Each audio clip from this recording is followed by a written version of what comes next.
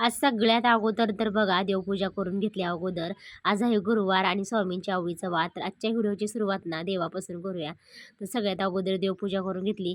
गुरुवारचा आणि बुधवारचा 2 दिवसाचा व्हिडिओ ना एकत्र असणारा व्हिडिओ नक्की शेवटपर्यंत बघा. हाय नमस्कार, मी शोभा तुम्हा सगळ्यांचे अगदी मनापासून स्वागत करते माझ्या एका छोट्याशा ब्लॉगमध्ये. कशा आहात सगळेजण? श्री स्वामी समर्थ. शुभ सकाळ सगळ्यांना. तर आता वाजलेत बघा सकाळचे 8, 8:30 आणि एका ताईंनी ना रात्री ना मस्त असे ताजी-ताजी त्यांच्या रानातली बघा मेथीची भाजी दिली होती. तर सकाळी मग काय तीच भाजी बनवली मी अक्षदासाठी, माऊलीसाठी, डब्यासाठी आणि इकडं म्हणलं तर माझ्यासाठी कोरा चहा ठेवलेला.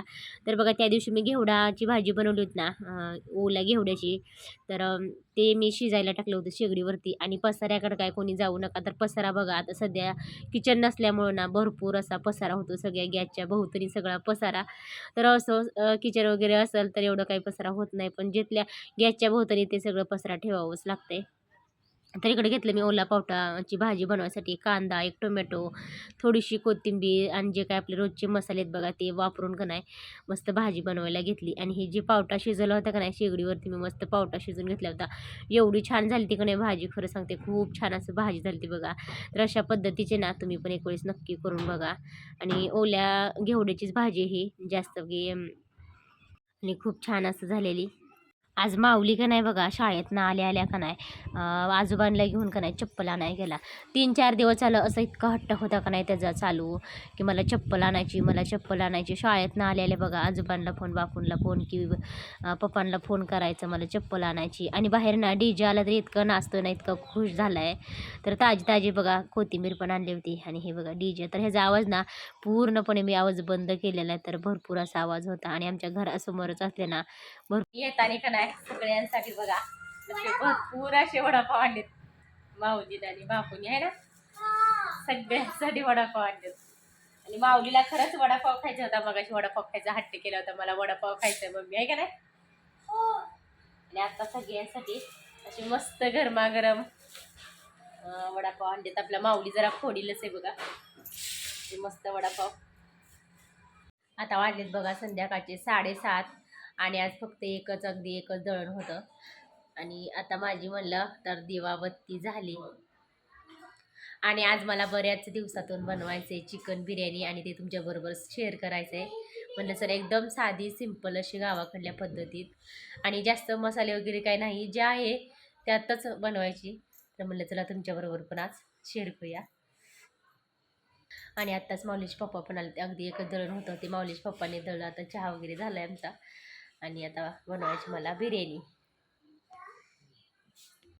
इथं 2 कांदे चिरून घेतले, 2 टोमॅटो चिरून घेतले, एकदम छोटे छोटे 2 टोमॅटो, छोटे छोटे 2 कांदं, थोडीशी कोथिंबीर, अगदी 2च मिरच्या, आलं, लसूण आणि इकडं आपलं चिकन घेतलं आहे मी पावशर. आणि हे बघा अशा पद्धतीचं ना बिर्याणीचं तांदूळ घेतलेले. आणि इकडं आपला कच्चा मसाला घेतलेला आहे, दालचिनं, 5-6 लवंग आणि हे तेजपत्ता. आणि हे जे आपले मसाले आहेत बघा, हे मसाले घेतलेले आहेत, गरम मसाला, धने पावडर, हळद, जिरी मोहरी आणि आपलं हे घरगुती काळं तिखट. इकडं आपला बिर्याणी मसाला. तर चला आता घेऊया बनवायला. आणि मला लसूण आलंची पेस्ट करून घ्यायची आणि कोथिंबीर अगदी बारीक चिरून घ्यायची. आणि इथं का नाही अगोदर तेल ओतलं बघा पातेल्यात आणि जे आपले कच्चे मसाले होते ना ते टाकलं, वरून कांदा टाकला आणि कांदा का नाही छान एक 5-6 मिनटं लाल होईपर्यंत मस्त परतून घ्यायचा.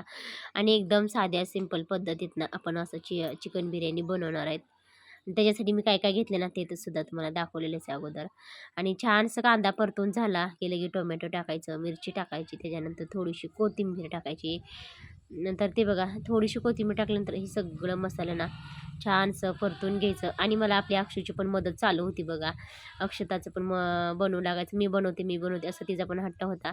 म्हणलं असं चल तू पण फिरव. आणि मी जे काही मसाले घेतले होते ना आपले दररोजचेच मसाले घरचे, गरम मसाला, सुहाना मसाला, लाल मिरची पावडर, घरगुती काळा मसाला आणि आणि त्याच्यामध्ये बघा जे चिकन आहे ना स्वच्छ धुवून मी अगोदरच स्वच्छ धुवून घेतलेलं तर ते चिकन ना त्याच्यामध्ये एक 5 मिनटं ना छान असं तेलामध्ये छान मस्त परतून घ्यायचं. आणि परतून झाल्यानंतर बघा एक 5 ते 6 मिनटं ना. आणि गॅस ना मी छोटा म्हणजे की लहान गॅस केलेला आहे, फुल गॅस नाही केला. तर एकदम मंद गॅसवरतीच आपण मस्त बनवून घेऊया. अशा पद्धतीचं बघा छान असं परतवून घ्यायचं आणि परतून आपल्या अक्षूचं पण मध्ये मध्ये करायचं चालू होतं.